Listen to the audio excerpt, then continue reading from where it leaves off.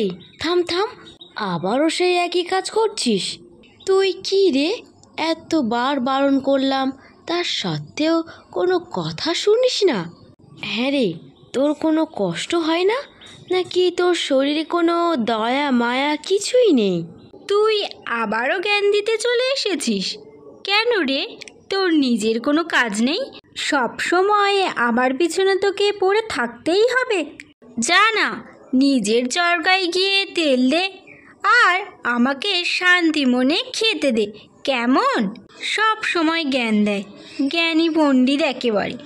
ঠিক আছে, আজ আমার কথা তোর জ্ঞান দেওয়া মনে হচ্ছে, কিন্তু দেখবি এমন একটা দিন আসবে যখন আমার কথাটাই তোর মনে পড়বে রে। হ্যাঁ হ্যাঁ, যা যা।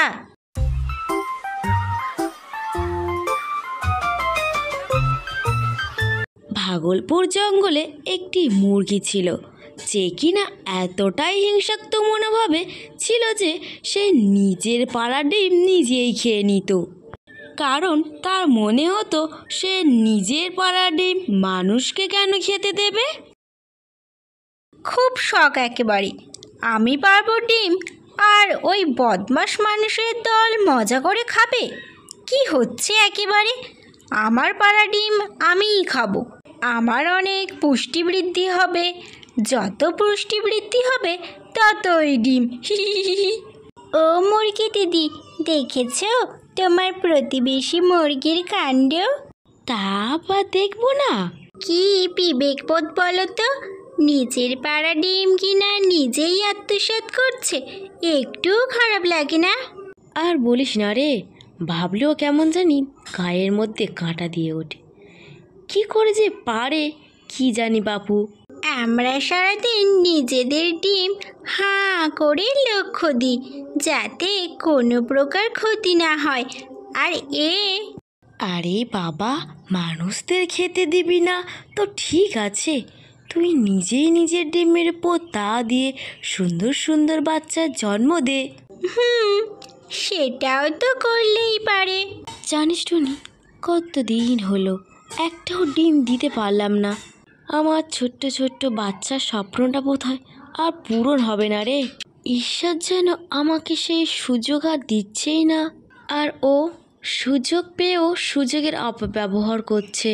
প্রতিবেশী মুরগির এই কুচুটে মনের জন্য দিনে দিনে সবার থেকে আরও দূরত্ব বেড়েই চলল। কিন্তু তাতে তার কোনো কিছুই যায় আসে না, কারণ সে তার কাজের জন্য নিজেকে কোনো প্রকারের অপরাধী বলে মনেই করে না। চল চল, তাড়াতাড়ি চল, ভালো ভালো তাজা সবজি শস্যদানা খাবি চল। যত তাজা জিনিস খাবো ততই আমার ডিমের স্বাদ বাড়বে, আর আমি ততই গোলুমলু আর সুন্দরী হয়ে যাব। আমাদের ডিম যে এত সুস্বাদু হয় তা না খেলে জানতেই পারতাম না, আর ওরা কিনা বোকার মতো নিজের ডিমগুলো না খেয়ে মানুষদেরকে খাওয়াচ্ছে। প্রতিবেশী মুরগি তো দিনে দিনে আরও লোভী ও হিংসুটে হয়ে যাচ্ছে। এইভাবে তাদের বেশ দিন পার হচ্ছিল। টুনি রে, আয় আয়, ছুটে আয়, দেখবি আয় রে, দেখবি আয়, আমার জীবনের ভালো দিন আসতে চলেছে রে।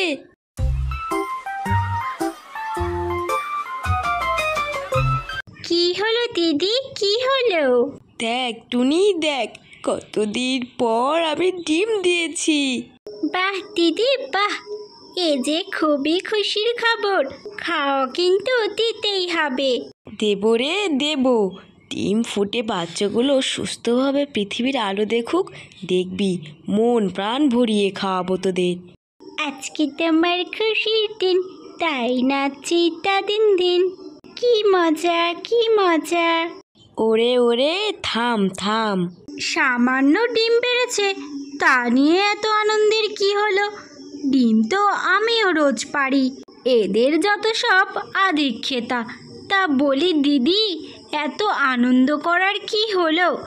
অনেক দিন পর পেরেছো তো এই দুটো ডিম। তোর মতো বুদ্ধুর এইসব বোঝার মতো ক্ষমতা নেই, বুঝলি? বোঝার আমার দরকার নেই। রোজই কত ডিম পারি, যত সব আদিক্ষেতা। দেখলি টুনি, দেখলি? ছাড়ো তো দিদি ওর কথা।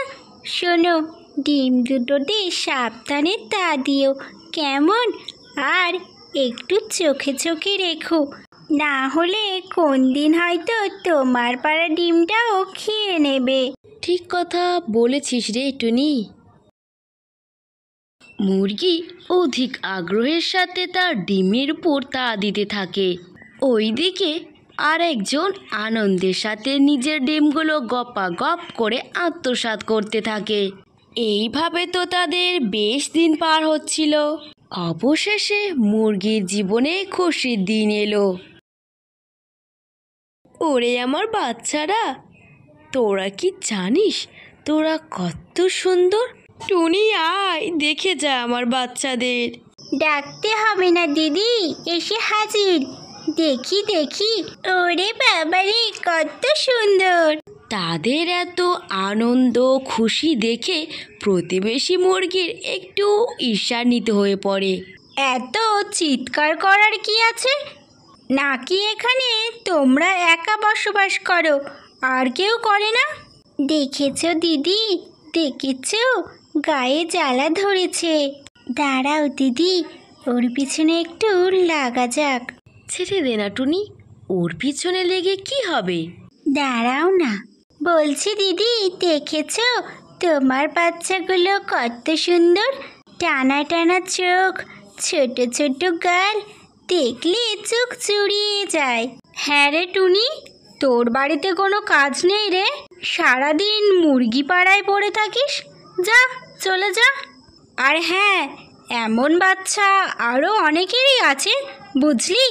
তাই এমন আধিক্যতা করার কোনো কারণই নেই, ঠিক আছে? গায়ে লেগেছে দিদি, লেগেছে। হ্যাঁ, সব তো বুঝলাম, কিন্তু তোমার তো নেই। টুনির এই কথাটা প্রতিবেশী মুরগির গায়ে লেগে যায়, কিন্তু আশ্চর্যের বিষয় হলো সে কোনো প্রকার কথা না বলে চুপচাপ সমস্ত কথাটা হজম করে নিল।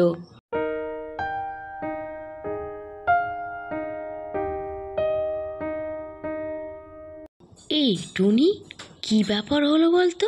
ও কোনো কথা বলছে না কেন? ওর কি তাহলে খারাপ লাগলো? বলেছিলাম এমনভাবে ওর পিছনে লাগিস না।